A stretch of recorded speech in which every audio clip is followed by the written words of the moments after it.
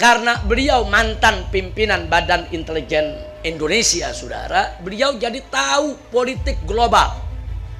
Di antara yang beliau sampaikan kepada kami, para habaib, para kiai, tolong waspada, kata beliau ini, bahwa kami menemukan dokumen, ada bocoran dokumen intelijen internasional yang valid dan bisa dipertanggungjawabkan, bahwa Indonesia ini di kemudian hari akan dipecah menjadi beberapa negara. Bahaya laten jika Anies presiden, Indonesia bakal diacak-acak jadi beberapa negara. Jejak ceramah kontroversial Habib Rizik bisa jadi buktinya. Ditulis oleh tim redaksi jurnal, dikutip dari berbagai sumber. Halo, kembali berjumpa dengan suara Fani Bakri di channel Jurnal 45. Bisa menjadi 5 negara, bisa menjadi 7 negara, bisa menjadi 9 negara. Jadi bisa nanti ada negara Aceh, negara Sumatera, negara Jawa, negara Pasundan, saudara, negara Borneo, Kalimantan, negara Maluku, saudara, negara Irian, dan lain sebagainya. Nah, yang saya ingat, beliau titipkan amanat, tolong jaga umat, tolong jaga persatuan kesatuan bangsa. Jangan sampai kita dipecah. Jadi dokumen yang dibocor ini bukan sembarang dokumen, mesti kita waspadai. Nah, kenapa beliau menyampaikan untuk agar kita waspada? Jangankan Indonesia, dulu Uni Soviet itu negara besar, negara kuat, saudara, pecah. Artinya apa? Kalau kita bicara secara fisik, ya, ini kita bicara fisik. Kalau Soviet saja negara yang begitu kuat, saudara, bisa dipecah, apalagi Indonesia. Waktu saya memimpin Jakarta, apakah ada jejak politik identitas? Katanya. Ini pernyataan yang lucu dari seorang Anies yang menunjukkan kedangkalan wawasannya tentang apa itu politik identitas. Anies mengira politik identitas itu identik dengan chaos antar identitas saja. Pembiaran satu kelompok identitas untuk masuk ke dalam elemen-elemen pemerintahan itu adalah hasil dari politik identitas yang selalu dipakai waktu pemilu. Pejabat yang menang karena hasil politik identitas tentu akan berhutang budi pada penggerak politik identitas itu sendiri dan membuka ruang yang lebar untuk mereka.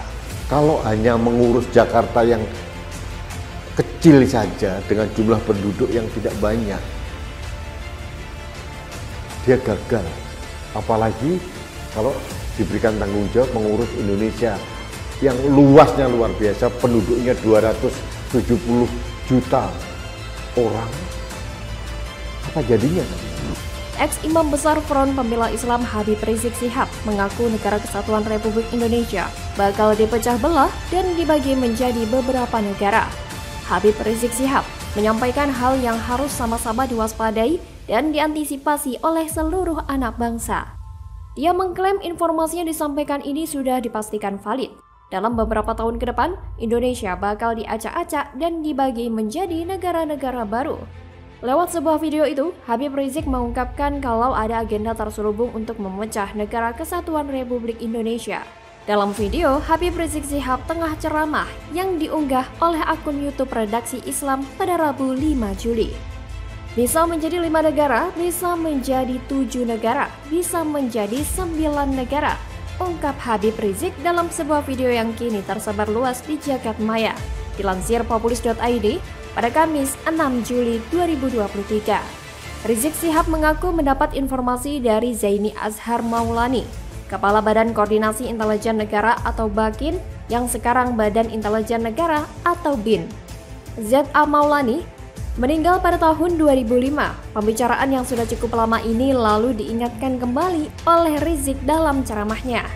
Rizik mengatakan mantan kepala BIN itu mendapatkan informasi dari bocoran dokumen intelijen internasional yang valid dan bisa dipertanggungjawabkan.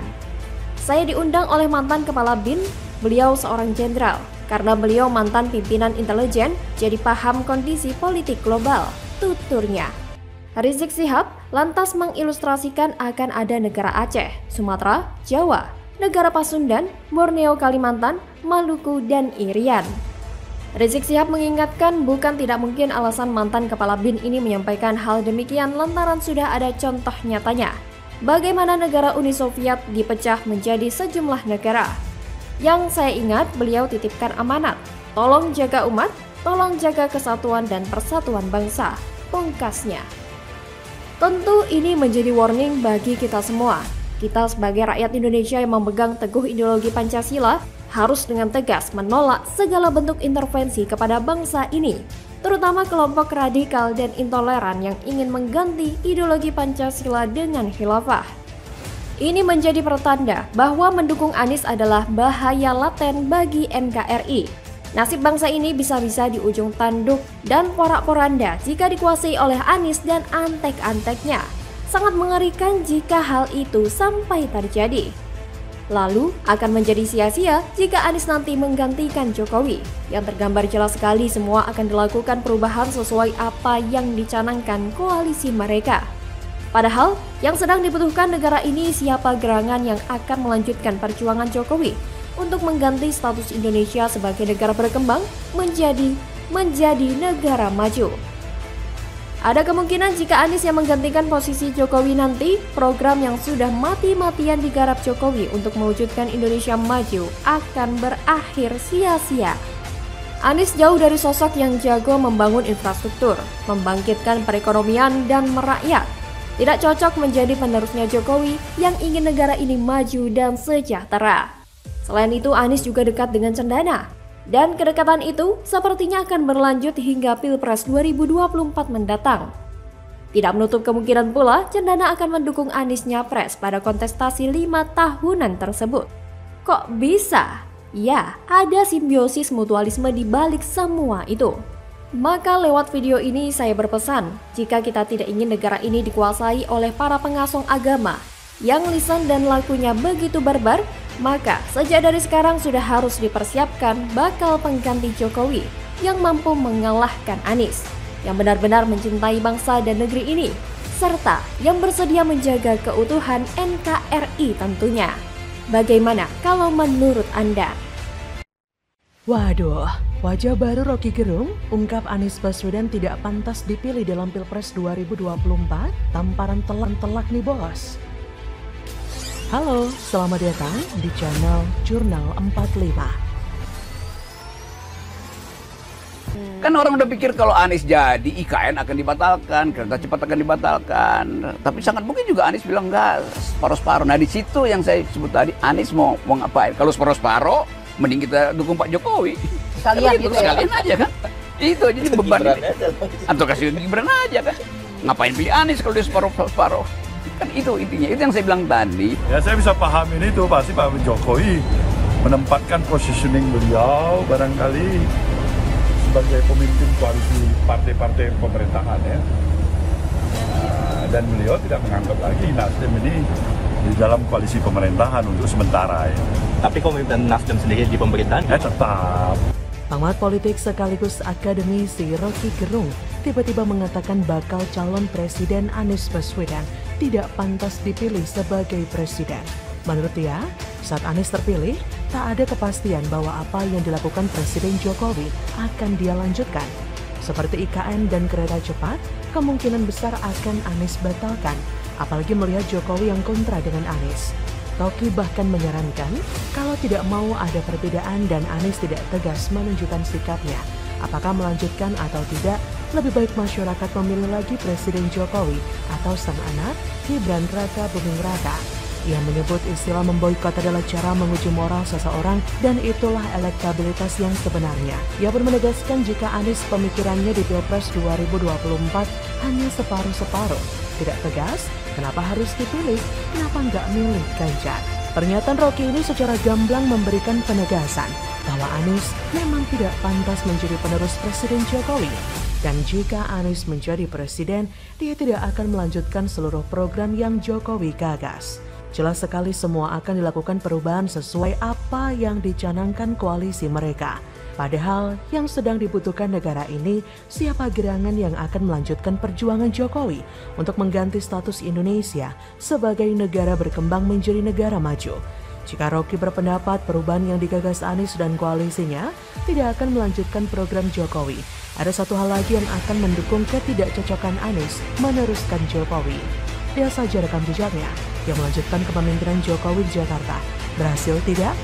Lihat saja sudah berapa banyak uang rakyat Jakarta dipelorotin untuk anggaran aneh seperti lem iPhone, pulpen, dan anggaran lainnya yang jumlahnya begitu fantastis. Belum lagi uang rakyat Jakarta yang dipelorotin untuk menggaji tim TGUPP yang gaji ketuanya melebihi gaji seorang menteri. Dan bukan? Apakah ada yang tahu apa hasil kerja nyata dari ketua TGUPP yang dibentuk oleh Anies dan digaji dengan uang rakyat? Dan kita juga menjadi saksi bagaimana situasi Jakarta pada era Anies yang semakin semrawut. Trotoar diperlebar tapi malah dijadikan lahan parkir atau tempat berjualan. Warga Sunter yang waktu kampanye selalu yasinan untuk memenangkan Anies, tapi mereka malah merasa diperlakukan seperti hewan saat digusur seperti yang diberitakan. Belum lagi janji manis Anies tentang OKOJ yang katanya dimodalin punya bisnis, disediakan tempat usaha, dan dicarikan pembeli seperti spanduk mereka saat kampanye. Saat kampanye mengumbar kata-kata manis bahwa akan diberikan modal usaha, tapi setelah menjabat sebagai gubernur, Anies dengan mudahnya mengatakan bahwa memang tidak ada modal dalam program OKOJ. Jadi bisa dibayangkan berapa juta rakyat Jakarta yang sudah tertipu dengan rangkaian kata-kata manis tentang program OKOJ saat kampanye dalam Pilkada Jakarta dulu. Dari kasus ini kita sebenarnya sudah bisa menilai sendiri bahwa ada yang menghalalkan segala cara demi meraih kekuasaan. Sebenarnya bukan hanya dari kualitas kinerja atau antitesa Jokowi, kemungkinan besar Anies tidak akan menjadi capres itu semakin nyata. Karena elektabilitas Anies di beberapa survei semakin anjlok. Bahkan di survei terbaru dari lembaga survei, raihan suara mayoritas masuk pada Ganjar dan Prabowo, sedangkan Anies kalah telak. So bisa dipastikan Indonesia bukan hanya akan bernasib sama dengan Jakarta selama 5 tahun terakhir ini jika Anies yang menjadi presiden, tapi juga akan gagal sebagai capres. Bagaimana menurut Anda?